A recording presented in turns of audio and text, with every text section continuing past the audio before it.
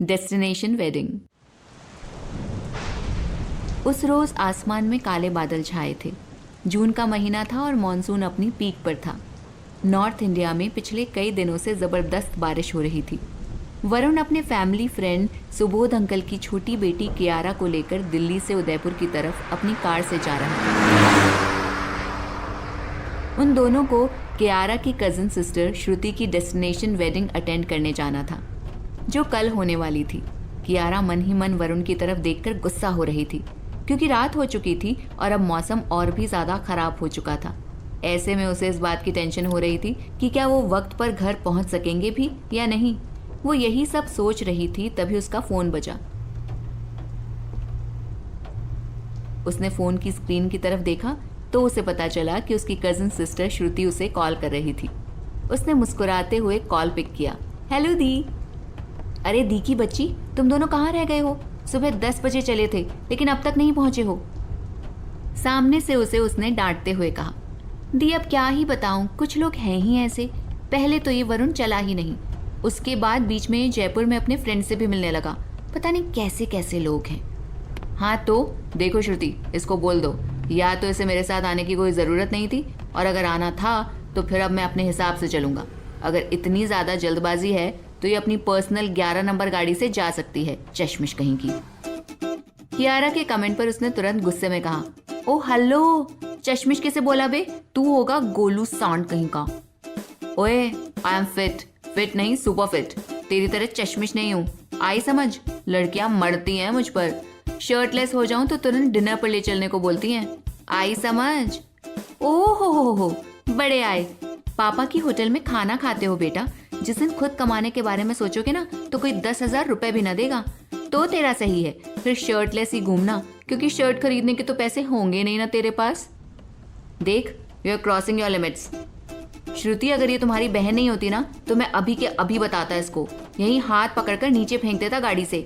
मेरी ही बिल्ली मुझी से मैं आऊं, मेरी गाड़ी में बैठकर मुझसे ही लड़ाई कर रही है, मैं यहीं उतार दूंगा बीच जंगल में, उसने गुस्से में कहा। अरे यार, अब तुम दोनों फिर से झगड़ा करने लगे। मुझे पता था तुम दोनों कट्टर दुश्मन हो।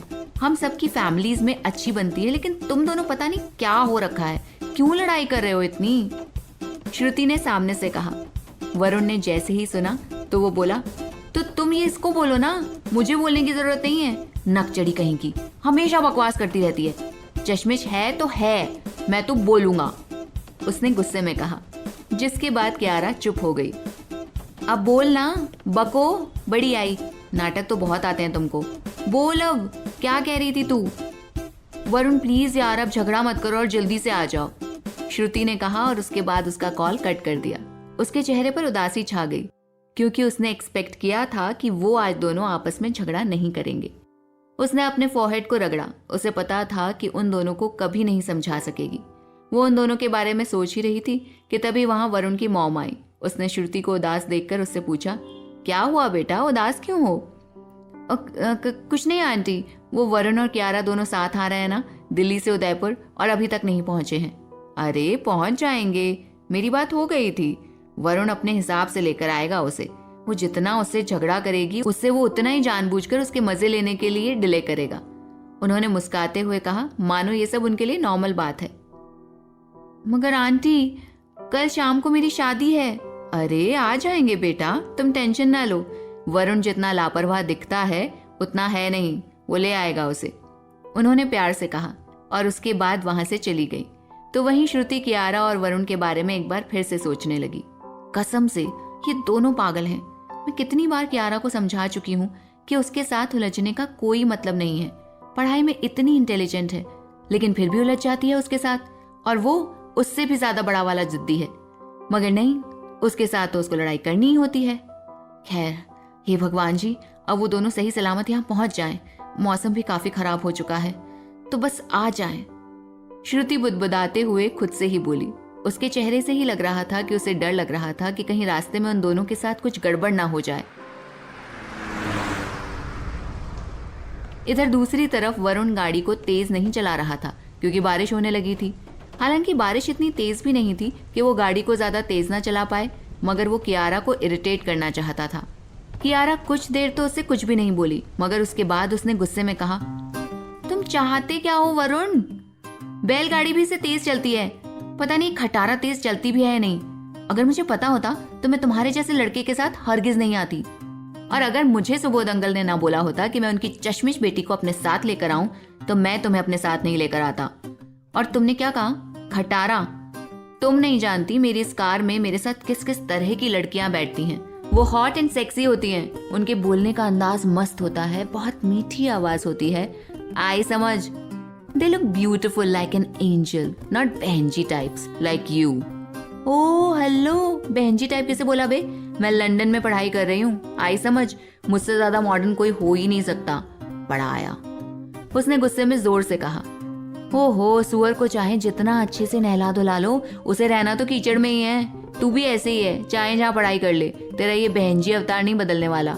मॉडर्न, बढ़िया ही मॉडर्न लड़कियां ऐसी होती हैं क्या?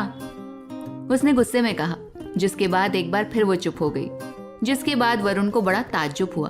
उसे समझ नहीं आ रहा था आखिर वो उससे लड़ाई किए बगैर रह कैसे सकती है। क्या बात है, तुम्हारे सेल डेड हो गए क्या? मुझे तुम्हारे साथ अब कोई बकवास नहीं करनी है वरुण। तुम बस कार को ड्राइव करो और तुम्हें जैसे करना है वैसे करो। मैं बस किसी तरह उदयपुर पहुंच जाना चाहती हूँ। उसने उदास होकर कहा। हाँ तो जैसे मैं तो तुमसे बात करने के लिए मरा जा रहा हूँ। बढ़िया ही, उसने मुंह बनाते हुए कहा। मुझे पता है मिस्टर, तुम किस टाइप के हो। लड़की देखी नहीं कि उसे नीचे दिखाना शुरू कर दो। उसको इतना बुरा फील करवाते हो कि वो खुद तुमसे तारीफ पाने के लिए तुमसे अच्छे से बात करने की कोशिश करे। लेकिन मैं वैसी नहीं हूँ। मैं तुम्हारे जाल में नहीं फंसने वाली हूँ। मैं अकेली भले ही हूँ तुम्हारे साथ, मगर उस टाइप की लड़की नहीं हूँ। मुझे अच्छे से पता है तुम कैसे हो। उसने उसकी तरफ देखते हुए कहा। ओ हेलो, अपनी जुबान को लगाम दो। मेरा भी एक स्टैंडर्ड है।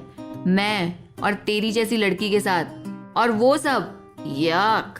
वो उसकी तरफ देखते हुए बोला, जिसके बाद उसके चेहरे पर गुस्सा आ गया, मगर वो कुछ भी नहीं बोली।